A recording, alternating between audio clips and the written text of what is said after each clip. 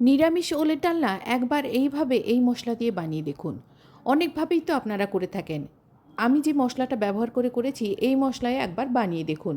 টেস্টটা অনেকটাই আলাদা হবে আর খেতে এতটাই সুস্বাদু হবে যে নিরামিষ দিনে বাড়িতে ওল থাকলে এই রান্নাটা করবেনই করবেন।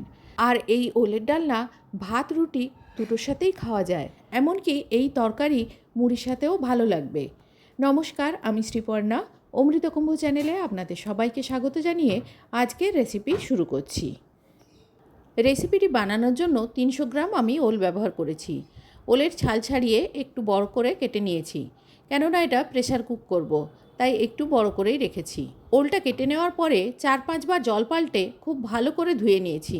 ওল ধুয়ে কাটলেও কাটার পরে যখন ধোয়া হবে তখন দেখবেন ঘোলাটে জল বেরোতেই থাকে, তাই 4-5 বার জল পাল্টে ধুয়ে নেওয়াই ভালো। একটা প্রেসার কুকারের মধ্যে অল্প একটু জল দিয়ে আর তার সাথে একটু নুন মিশিয়ে একটা সিটি দিয়ে দিলাম। অল্প করে সেদ্ধ করে নিলাম, কেননা এটা বেশি সেদ্ধ করব না, কিন্তু ভেতরটা একটু সেদ্ধ হবে, সেইভাবে সেদ্ধ করে নিলাম। এই জলটা ব্যবহার করতেও পারেন, জলটা ফেলে দিতেও পারেন। দেখাচ্ছি আপনাদের ওলটা কীরকম সেদ্ধ হয়েছে। চামচ দিয়ে কাটতে কাটা হয়ে গেছে, তার মানে ওলের ভেতরটা সেদ্ধ হয়েছে, অথচ গোটা আছে। এইভাবে সেদ্ধটা করতে হবে। প্রেসার কুক ছাড়াও কড়াইতে নুন জল দিয়ে সেদ্ধ করে নিতে পারেন, এতে অতিরিক্ত সেদ্ধ হওয়ার ভয়টা কম থাকবে। মিডিয়াম ফ্লেমে গ্যাসে একটা কড়াই বসিয়ে 2 চামচ সর্ষের তেল দিয়ে দিলাম। ওল রান্না সবসময় চেষ্টা করবেন সর্ষের তেলেই বানাতে, কেননা সর্ষের তেলে ওলের স্বাদ খুব ভালো আসে। তেলটা খুব ভালো মতো গরম হলে কেটে রাখা আলু দিয়ে দিলাম। আমি চন্দ্রমুখী আলু ব্যবহার করেছি বলে ওলের সাথে আলুটা সেদ্ধ করে নিই। আপনারা যদি নর্মাল আলু ব্যবহার করেন তাহলে ওলের সাথেই আলুটা সেদ্ধ করে নেবেন। আমি এখানে 2টো ছোটো সাইজের আলু ছাল ছাড়িয়ে ধুয়ে ডুমো ডুমো করে কেটে দিয়েছি। আলুটা নাড়াচাড়া করে তেলের মধ্যে ভালো করে ভেজে নেব। আলুটা যখন ভাজা হয়ে আসবে আলুটা তুলে নিয়ে ওলগুলো ভাজতে পারেন, অথবা আমি যেভাবে করছি এভাবেও ওলটা ভেজে নিতে পারেন। আলুগুলোকে একপাশে সরিয়ে রেখে ফাঁকা জায়গাতে একটা একটা করে ওল দিয়ে দিচ্ছি। প্রেসার কুকারের ঢাকাটা একটু পরে খোলার জন্য ওলটা একটু বেশি সেদ্ধ হয়ে গেছে, নইলে ওলটা একসাথেই দিয়ে দেওয়া যেত।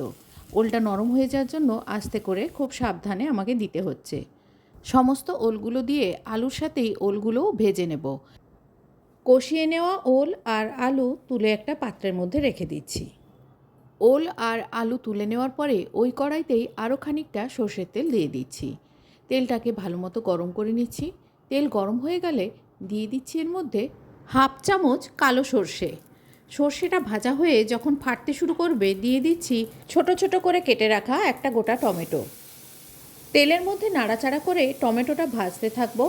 আর এই সময় আমি আপনাদের দেখাচ্ছি এই রান্নায় ব্যবহার করার মশলাগুলো। ওল সেদ্ধ করার আগেই 1 চামচ জিরে ভালো করে জলে ধুয়ে নিয়েছি, তারপর সেটা জলে ভিজিয়ে রাখছি। জিরেটা ভিজিয়ে 1 ইঞ্চি আদা ছাল ছাড়িয়ে ধুয়ে নিয়েছি, 2টো টুকরো করে নিয়েছি। আর ভেজানো জিরের সাথে ভিজিয়ে রাখছি গোটা কয়েক গোলমরিচ। গোলমরিচগুলোও ধুয়ে নিয়েছি। এই মশলাগুলো রেডি করে রেখে আলু আর ওল ভাজতে ভাজতে মশলাগুলো বেটে নিয়েছি। আদাটা আলাদা বেটেছি আর গোলমরিচ জিরে একসাথে বেটেছি। আর মশলাগুলো আমি শিলেই বেটেছি। এই মশলা আপনারা যেমন খুশি পদ্ধতিতে বানাতে পারেন, মিক্সার গ্রাইন্ডারও ব্যবহার করতে পারেন। আর যারা তরকারিতে বেশি ঝাল পছন্দ করেন তারা একই সাথে কাঁচা লঙ্কাটাও বেটে নেবেন। এদিকে টমেটোটা জল শুকিয়ে গিয়ে ভাজা হয়ে এসছে। এবারে দিয়ে দিচ্ছি এর মধ্যে বেটে রাখা আদা, জিরে গোলমরিচ বাটাটাও দিয়ে দিলাম।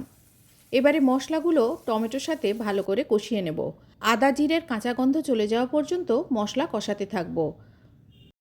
মিনিট 2-3 কষিয়ে নিলে আদা জিরের কাঁচা গন্ধটা চলে যাবে আর একই সাথে মশলাটা ভাজাও হয়ে আসবে। এইবারে দিয়ে দিচ্ছি এর মধ্যে পরিমাণ মতো নুন, দিয়ে দিচ্ছি গুঁড়ো হলুদ। আদা জিরে গোলমরিচ বাটার পরে যে মশলা ধোয়া জলটা ছিল সেই জলটা এই সময় দিয়ে দিলাম। এবারে সব কিছু একসাথে ভালো করে কষিয়ে নেব। পুরোপুরি তেল ছাড়া পর্যন্ত মশলাটা কষাতে থাকবো। মিনিট 3-4 কষিয়ে নেওয়ার পরে মশলা থেকে তেল ছাড়া শুরু হয়েছে আর এই সময় টমেটোটা পুরোপুরি গলে গিয়েছে। দেখুন মশলার টেক্সচারটা কেমন হয়েছে। এবারে দিয়ে দিচ্ছি এর মধ্যে 2টো চেরা কাঁচা লঙ্কা। আপনারা যেরকম ঝাল পছন্দ করেন সেই রকম লঙ্কা ব্যবহার করবেন, তবে মশলার মধ্যে গোলমরিচ বাটা দেওয়া আছে, তাই লঙ্কাটা বুঝে শুনে ব্যবহার করবেন। এবারে দিয়ে দিচ্ছি ভেজে রাখা ওল আর আলুটা। ওলটা তো সেদ্ধই ছিল আর আলু ভাজতে ভাজতে সেদ্ধ হয়ে গেছে, যেহেতু এটা চন্দ্রমুখী আলু। সমস্ত ওল আর আলুটা দিয়ে দেওয়ার পরে আরও 3-4 মিনিট মশলার সাথে ওল আলুটা কষাতে থাকবো। কষিয়ে নেওয়ার পর দিয়ে দিচ্ছি এতে পরিমাণ মতো জল। জলটা একটু বেশি করেই দিতে হবে, কেননা ওলটা অনেক জল টেনে নেবে আর আলুটাও একই জাতীয় সবজি, আলুও জল টেনে নেয়, তাই জলের পরিমাণ বেশি করেই দিতে হবে। এবারে সব কিছু মিশিয়ে নিচ্ছি, ঢাকা দিয়ে 2-3 মিনিট ফুটিয়ে নেব। এটা সেদ্ধই আছে, মিনিট 2 ফোটালেই চলবে। 2 মিনিট পর ফিরে এলাম। দেখুন তরকারিটা এরকম দেখতে হয়েছে। আমি এখানে কিছু কিছু আলু একটু স্ম্যাশ করে দিচ্ছি, আর ওলগুলো যেগুলো গোটা আছে ওগুলো গোটাই থাকবে। তরকারিটা যেমনই দেখতে হোক না কেন, এর স্বাদটা কিন্তু খুবই সুন্দর হয়। এরপরে দিয়ে দিচ্ছি এর মধ্যে নুন ঝাল সব কিছু অ্যাডজাস্ট করার জন্য 1 চামচ চিনি। চিনিটা দেওয়ার পরে ভালো করে মিশিয়ে নিয়ে মিনিট খানেক ফুটিয়ে নেব, যাতে চিনিটা গলে যায়। সবশেষে 1 চামচ গরম মশলা গুঁড়ো দিয়ে মিশিয়ে নিয়ে ঢাকা দিয়ে গ্যাসটাকে অফ করে দিয়ে স্ট্যান্ডিং টাইমে 5 মিনিট রেখে পরিবেশন করে দেখাচ্ছি। আপনাদের কাছে অনুরোধ, ভিডিওটি স্কিপ না করে পুরোপুরি দেখবেন। এই রকমভাবে এই মশলা দিয়ে একবার রান্না করে দেখবেন, খেতে এর স্বাদ খুবই ভালো হয়। আজ এই পর্যন্ত, দেখা হবে অন্য কোনো দিন অন্য কোনো রেসিপিতে। ততদিন পর্যন্ত সবাই ভালো থাকবেন, সুস্থ থাকবেন, আনন্দে কাটাবেন। ভিডিওটি শেষ পর্যন্ত দেখার জন্য সবাইকে আন্তরিক ধন্যবাদ।